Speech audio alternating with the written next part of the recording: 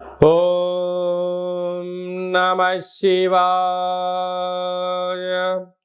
ఓం నమో నారాయణాయ.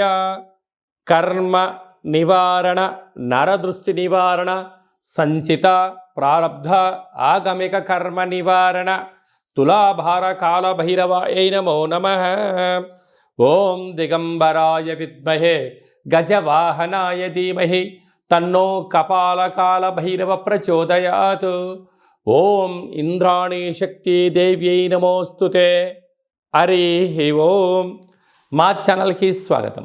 చూస్తున్న వీక్షకులకు, ప్రేక్షకులకు, ప్రియ కాళ భైరవ భగవద్బంధులకి స్వాగతం పలుకుతూ, మమ్మల్ని ఎంతగానో ఆదరిస్తూ ఉండబడినటువంటి ప్రియ సోదర సోదరీమణులకు అందరిపైనను, సనాతన ధర్మ సంరక్షకులకు, జ్యోతిష్య అభిమానులకు అందరికీ కూడా స్వాగతం పలుకుతూ, ఆదివారం అమావాస్య పుష్యమి నక్షత్ర సందర్భంగా అందరికీ నిండు నూరేళ్ల ఆయురారోగ్యాలను ప్రసాదించాలని శ్రీ కాళీ సమేత కాళభైరవ స్వామిని వేడుకుందాం.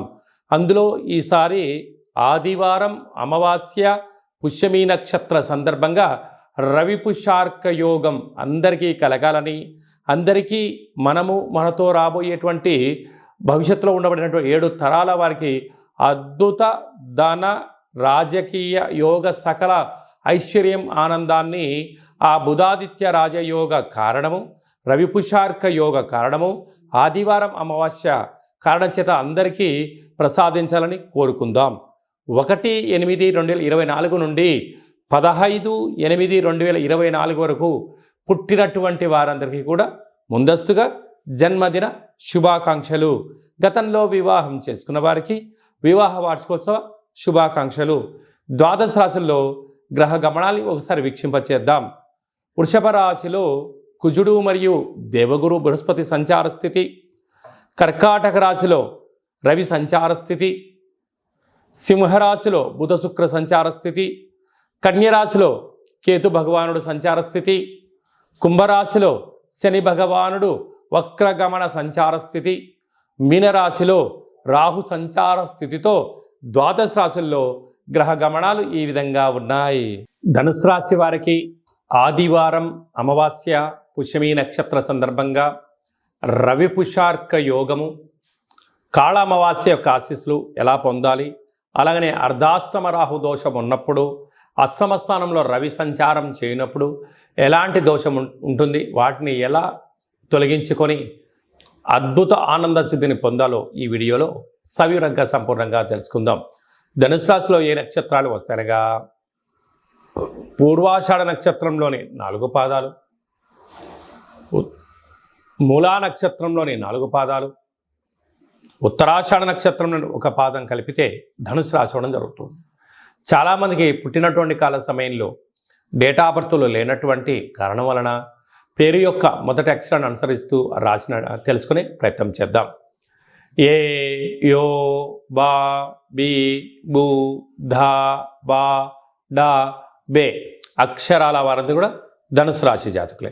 ధనుసు రాశి యొక్క అధిపతి దేవగురు బృహస్పతి కనుక వీరికి అర్ధాష్టమ రాహు, శని భగవానుడు ధనస్థానం వైపు వక్రగమన ప్రయాణం అవ్వడం, అష్టమ స్థానంలో రవి సంచార స్థితి ఉండడం వలన ఆదివారం అమావాస్య పుష్యమి నక్షత్ర సందర్భంగా తెల్ల జిల్లెడు వృక్షానికి పూజ చేయడం, తెల్ల జిల్లెడు వృక్షం చుట్టూ ప్రదక్షిణ చేయడం, ఆ యొక్క పూజ చేసి దీపం పెట్టి ధూపదీప నైవేద్యాలు పెట్టిన తర్వాత అందులోంచి ఒక వినాయకుడు రూపం కలిగినటువంటి మొదల్ని వేరుని తీసుకుని వచ్చి బాగా కడిగి సింధూరాన్ని పూచి శ్వేతార్క వరసిద్ధి తంత్ర తాంత్రిక కాళభైరవ హోమ కార్యక్రమాన్ని చేసుకొని ఇంట్లో పెట్టుకున్నట్లయితే అద్భుతమైన ఆరోగ్యం, ఆనందం, జీవన విధానంలో మంచి మార్పులు, ఆరోగ్య సిద్ధి, ఆనంద సిద్ధి, ఐశ్వర్య సిద్ధి, అఖండ లక్ష్మీ కటాక్ష సిద్ధి కలిగి మీరు ఏదైతే అనుకుంటున్నారో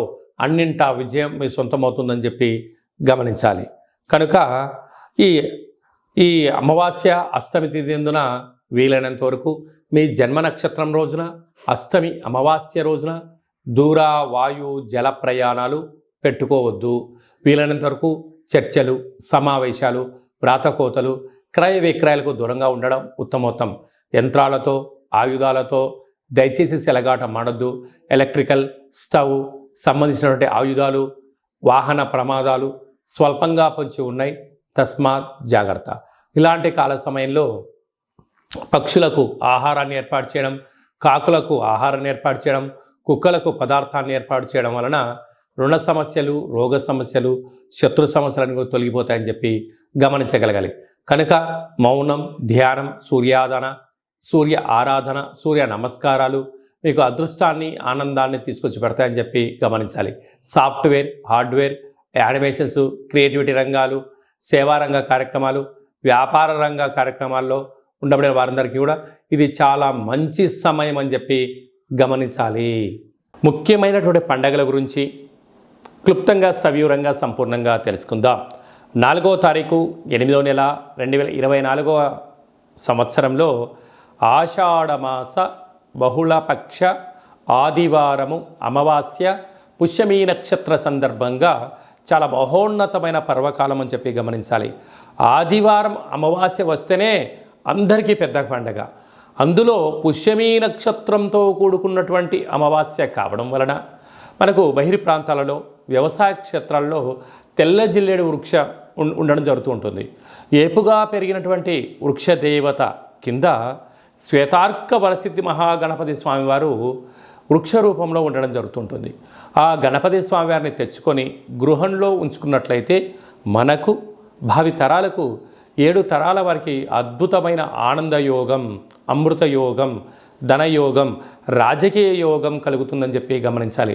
కనుక మనం అమావాస్య రోజు ఉదయాన్నే నిద్రలేచి ఇంటినల్లా శుద్ధి పెట్టుకొని మంగళ స్నానాలు చేసుకొని ఇంటికి మామిడాకులు, కొబ్బరాకులను ఏర్పాటు చేసుకొని సూర్య నమస్కారం చేసి సూర్య భగవానికి అర్ఘ్యం వదిలిపెట్టడము, ఒక తెల్ల జిల్లేడు ఆకులలో చక్కెర పొంగలి పాయసాన్ని భగవంతుడికి నైవేద్యంగా ఏర్పాటు చేయడము, సూర్య నమస్కారాలు, సూర్య ఆసనాలు, సూర్యోపాసన, ఓం హ్రాం హ్రీం రౌం సహ సూర్యాయ నమః అనేటువంటి మంత్రాన్ని ఒక 108 సార్లు తప్పకుండా పారాయణం చేసినట్లయితే అద్భుత యోగం కలుగుతుందని చెప్పి గమనించగలగాలి.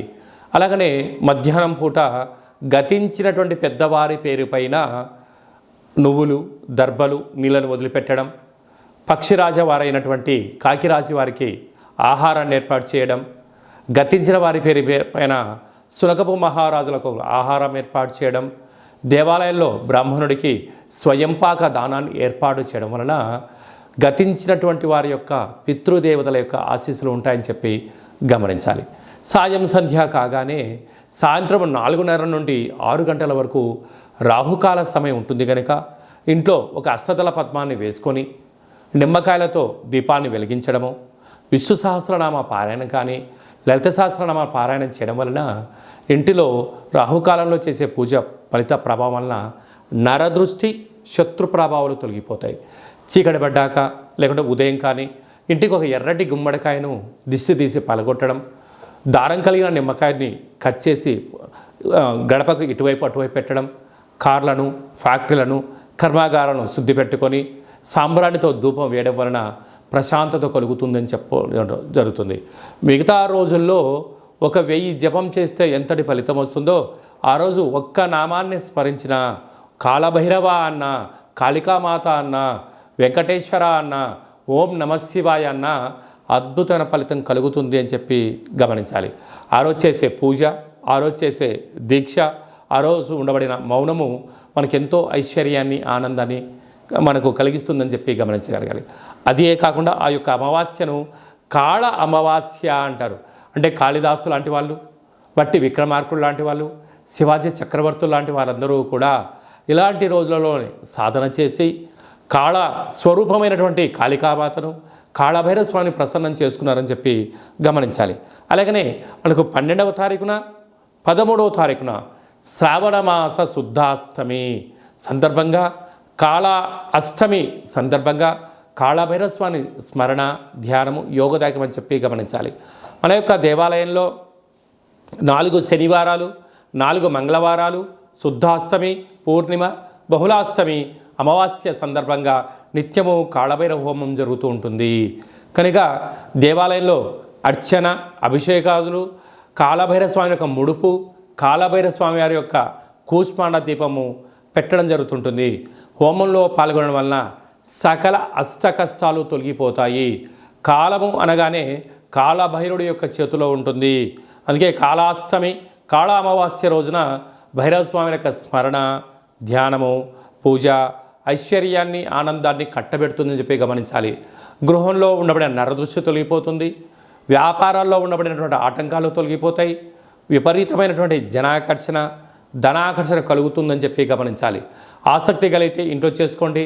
కుదరలేని పక్షంలో ఈ కింద నెంబర్ సంప్రదించినట్లయితే, మీ గోత్రనామంలో పంపించినట్లయితే వీడియో కాల్ ద్వారా చూపించి మీ పేరుపైన ఒక సౌభాగ్య ముడుపు, కూష్మాండ దీపము, హోమాన్ని చేయించి వాట్సాప్ కాల్ ద్వారా ప్రత్యక్ష ప్రసారాన్ని కూడా చేయించడం జరుగుతుందని చెప్పి గమనించాలి. ఇంకనూ మనము ఈ ఆషాఢమాస ఆదివారం అమావాస్య రోజున, శ్రావణమాస శుద్ధాష్టమి, కాళాష్టమి సందర్భంగా ఇంకనూ విజయం సాధించగలగాలి అన్నట్లయితే ఈ యొక్క పాత్ర కంచు పాత్ర అంటారు. ఈ యొక్క అంటే కంచు మోగినట్టు కనకమ్ము మోగదు గదరా సుమతి అని చెప్పి మనకు సుమతి శతకంలో చెప్పడం జరుగుతుంటుంది. రాసులు 12 ఎలా ఉంటాయో 12ని అచ్చు వేయడం జరుగుతుంటుంది.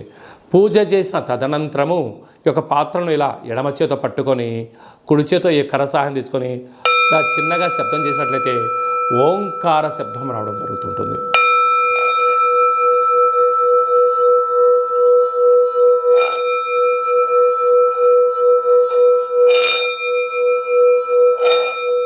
ఈ ఒక ఓంకార శబ్దం ధ్వని వలన మానవుని యొక్క శరీరంలో చక్రాలు వికసింపచేయడం, ఇంట్లో ఉండబడినటువంటి దరిద్ర దేవత బయటికి వెళ్ళడం, గ్రామంలో సంచరించేటువంటి మహాలక్ష్మి దేవత గళ్ళు గళ్ళు అంటూ మన ఇంటికి రావడం, మన ఇంట్లో అమ్మవారు కూర్చోవడం వలన సకల ఐశ్వర్యానికి, సకల ఆనందానికి అపార కుబేర సంపన్నులు అవుతారని చెప్పి గమనించాలి.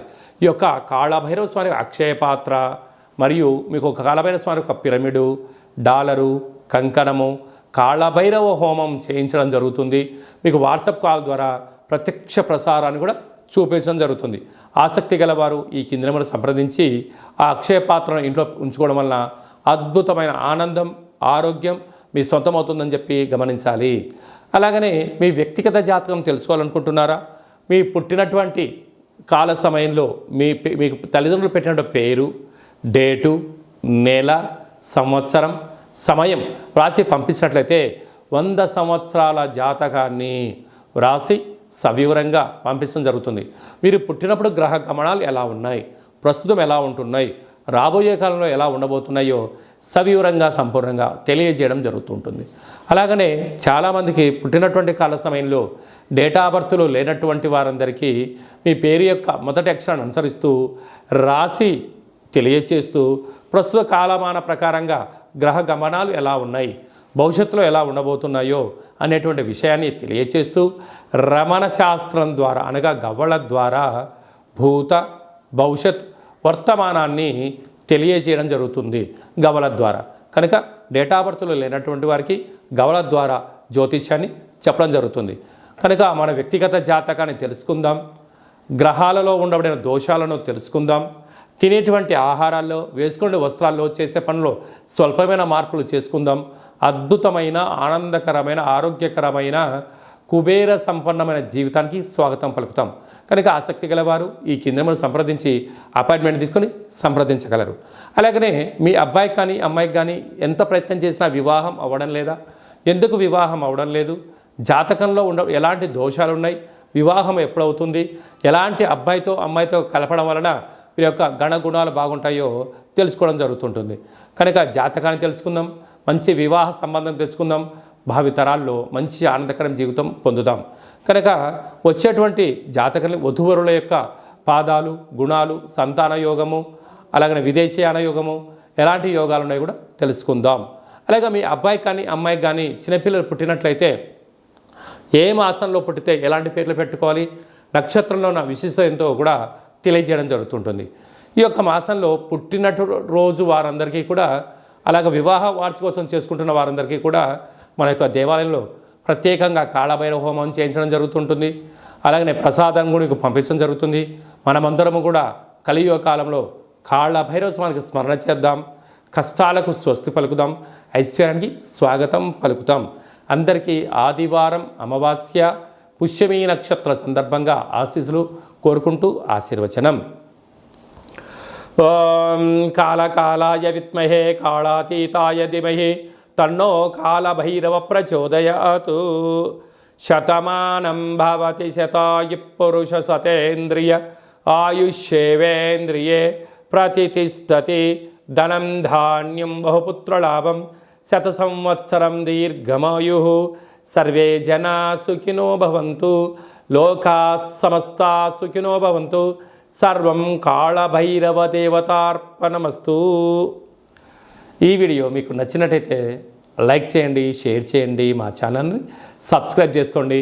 అందరికన్నా ముందుగా మీ యొక్క వ్యక్తిగత జాతకం తెలుసుకోవాలనుకుంటున్నారా? అందరికన్నా అదృష్టాన్ని ఐశ్వర్యాన్ని తెచ్చేటువంటి విషయాలు తెలుసుకోవాలనుకుంటున్నారా అన్నట్లయితే గంట సింబల్ ప్రెస్ మీ క్షేమాన్ని ఎవరైతే కోరుకుంటున్నారో ఈ ఆధ్యాత్మికమైన సమాచారాన్ని చేరవేసి భగవంతుడి యొక్క ఆశీస్సులు పొందగలరు.